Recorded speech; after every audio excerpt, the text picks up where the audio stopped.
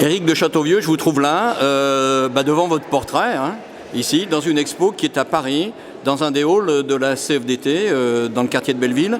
Qu'est-ce que vous faites comme boulot ? Bonjour, donc je suis à la CFDT cheminot, je m'occupe de l'affaire internationale, de conduire des projets au niveau de l'Europe sur les problèmes ferroviaires.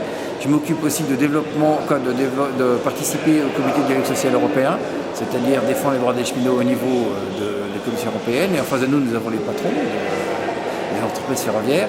Je m'occupe aussi des personnes handicapées et je m'occupe aussi de tout ce qui concerne la communication générale sur les problématiques de développement durable. Je fais des articles principalement dans la revue de la CFDT Transport qui s'appelle la FGTE. Quand vous étiez en poste à la SNCF, quel était votre emploi ?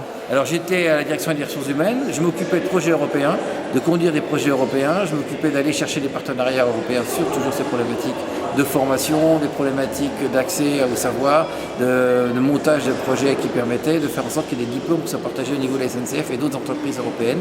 Et je me suis aussi occupé de personnes handicapées dans une association qui s'appelle Handirail, dont j'ai été longtemps président. Je suis de nouveau président à Handirail. Et j'ai toujours été intéressé par les problématiques de formation, des problématiques de qualité, des problématiques de développement durable et de mise en place de ces nouvelles façons de penser dans l'entreprise de la SNCF. Alors, dans cette exposition que la CFDT tient jusqu'à mi-avril, on voit 50 portraits de militantes et de militants. À votre avis, qu'est-ce que cette exposition dit de la CFDT aujourd'hui, en 2015, alors que vous êtes même adhérent à la CFDT seulement depuis 10 ans ? Alors cette exposition est intéressante parce qu'on voit différentes figures du syndicalisme et différentes figures de personnes qui sont engagées et qui montrent par leur visage, par leur posture, leur métier et leur univers professionnel et qui montrent que la CFDT est ouverte à énormément de diversité dans le travail et même au niveau de différents métiers, même au niveau des différentes régions, puisque en fait les photos reflètent un peu la personnalité des gens qui sont photographiés. Et il y a un détail sur chaque photo qui permet de faire une histoire, de faire une continuation et d'avoir un fil conducteur. Et je pense que le fil, ça serait justement cette approche de la CFDT qui sert à tous et qui est le reflet de beaucoup de situations, de beaucoup de réalités professionnelles. Et cette exposition, en plus, est surprenante parce qu'elle est en noir et blanc, donc on n'est plus habitué à avoir des photos en noir et blanc. Et le fait que ce soit des clichés en noir et blanc, il y a des choses qui ressortent, il y a des expressions de personnes qui ressortent.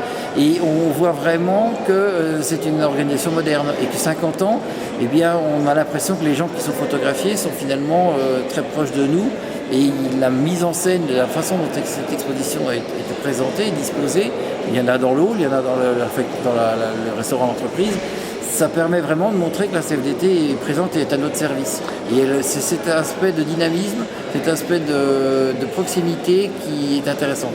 Je le disais, vous êtes adhérent à la CFDT depuis 10 ans. Si vous aviez en 2 mots ou 2 phrases pour qualifier la CFDT aujourd'hui, vous diriez quoi ? 2 phrases. 2 phrases. CFDT super présente dans les entreprises et vraiment au service des salariés.